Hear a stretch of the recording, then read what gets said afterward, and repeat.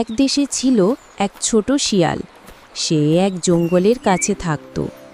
প্রতিদিন সে খাবারের খোঁজে বেরিয়ে পড়ত। একদিন নদীর ধারে চলার সময় শিয়াল দেখে এক বড় কুমির জলের মধ্যে বসে আছে। প্রথমে শিয়াল একটু ভয় পেল, কিন্তু কুমির বলল, ভয় পাস না, আমি তোমার বন্ধু হতে চাই। তারপর থেকে তারা দুজনে বড় বড় বন্ধু হয়ে গেল। তারা একসাথে খেলতো, ফল ফুটে খেত, গল্প বলতো। কিন্তু একদিন আরেকটা কুমির এসে সেই প্রথম কুমিরের কানে কানে কিছু বলল। তুই একটা শিয়ালের বন্ধু?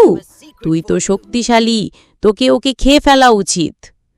এইটা শুনে কুমিরের মনে সংশয় উঠে, কিন্তু ছোট শিয়াল এটা শুনে ফেল আর একটা বুদ্ধি করল। সে বলল, বন্ধু, তুমি কি আমাকে নদীর ওপারে নিয়ে যাবে? সেখানে বড় একটা গাছে মিষ্টি ফল হয়েছে, তোমার জন্য নিয়ে আসব।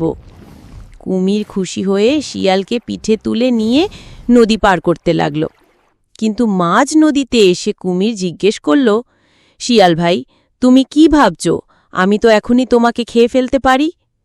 শিয়াল হাসিয়ে বলল, তুমি যদি আমাকে এখন খেয়ে ফেলো তাহলে তো মিষ্টি ফলগুলো আর পাবে না। আমি যদি ফল নিয়ে আসি তখন তো তুমি খুশি হয়ে আর কিছু চাইবো না। এইটা শুনে কুমির ভাবতে লাগল। তবে শিয়ালের বুদ্ধি ছিল বেশ। সেই নদীর ওপারে পৌঁছিয়ে গেল এবং আর পিছনে ফিরে তাকালো না। এইভাবে শিয়াল তার বুদ্ধি দিয়ে বাঁচতে পারল, আর কুমির বুঝতে পারল সঠিক বন্ধুর মূল্য।